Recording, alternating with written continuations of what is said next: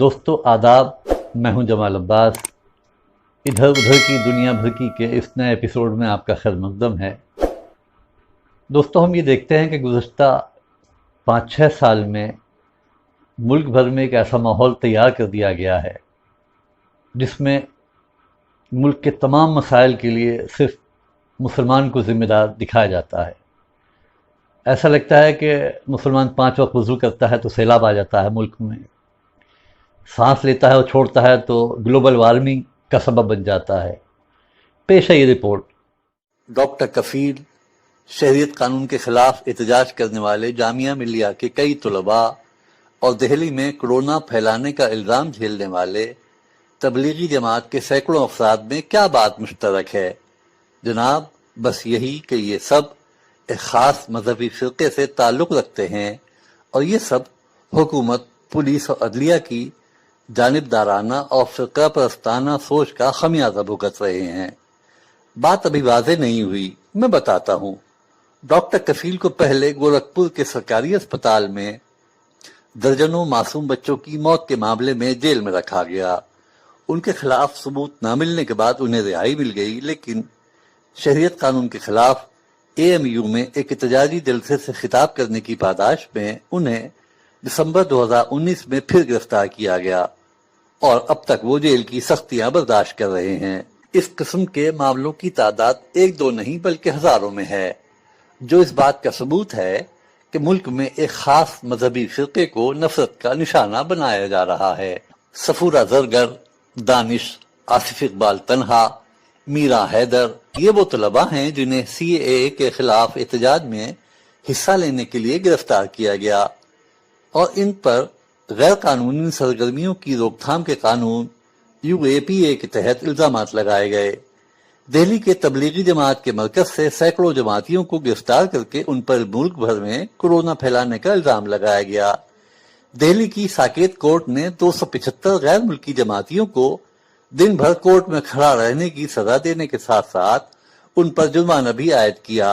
Saket court का फैसला sir आंखों पर, लेकिन क्या अदालत से सबके साथ यकसा इंसाफ करने का मुतालबा नहीं किया जाना चाहिए? क्या सिर्फ तबलीगी जमात के लोगों ने ही मुल्क भर में कोरोना फैलाया? क्या ये सवाल नहीं पूछा जाना चाहिए? हाल ही में बिहार के BJP दफ्तर का पूरा अमला कोरोना पॉजिटिव पाया गया। क्या दफ्तर के तमाम अफराद को सजा नहीं मिलनी चाहिए?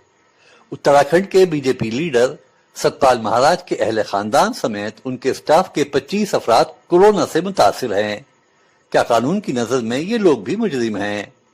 मध्य प्रदेश में एक शख्स ने अपनी आजहानी मां की याद में भोज का एहतमाम किया और 1500 लोगों को मदऊ कर लिया। इन सबको क्वारंटाइन करना पड़ा। क्या मुल्क की किसी अदालत की नजर में वो शख्स भी गुनाहगार है? आंध्र प्रदेश के आलमी शोहरत याफ्ता बालाजी मंदिर के पुजारियों और स्टाफ समेत 150 अफराद कोरोना से पॉजिटिव पाए गए हैं और मंदिर को अभी तक दर्शनों के लिए बंद नहीं किया गया है। क्या इंसाफ की नजर में ये तमाम लोग भी मुजरिम हैं? क्या ये सवाल वाजिब नहीं? 24 मार्च को मुल्क भर में लॉकडाउन नाफिज किए जाने के बाद दिल्ली समेत मुल्क के मुख्तलिफ हिस्सों से लोगों ने पैदल अपने घरों की जानिब हिजरत शुरू की थी। क्या वो इज्तिमाई हिजरत कोरोना का सबब नहीं थी? जब ये लाखों अफराद कई हफ्तों के बाद अपने देहातों में पहुंचे थे तो क्या कोरोना को साथ लेकर नहीं गए थे? क्या इन लाखों लोगों को भी अदालतों में नहीं घसीटा जाना चाहिए? मौजूदा हुकूमत जब से इख्तिदार में आई है उसने 2 ही काम किए हैं।